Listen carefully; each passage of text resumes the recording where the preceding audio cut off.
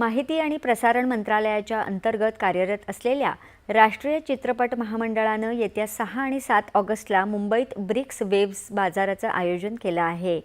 सर्जनशील अर्थव्यवस्था एक प्रमुख आंतरराष्ट्रीय बाजारपेठ म्हणून संकल्पित करण्यात आलेल्या या उपक्रमात ब्रिक्स सदस्य आणि भागीदार देशांमधील 500हून अधिक प्रतिनिधी एकत्र येणार आहेत।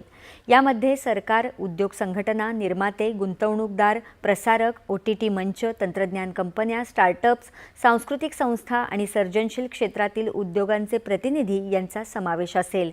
ब्रिक्स वेव्स बाजाराचा उद्देश दृकश्राव्य आणि सर्जनशील उद्योगांच्या क्षेत्रात संवाद, व्यावसायिक सहभाग, ज्ञानाची देवाणघेवाण आणि सीमापार भागीदारीसाठी संधी निर्माण करून ब्रिक्स सदस्य आणि भागीदार देशांमधील सहकार्य अधिक दृढ करणे हा आहे।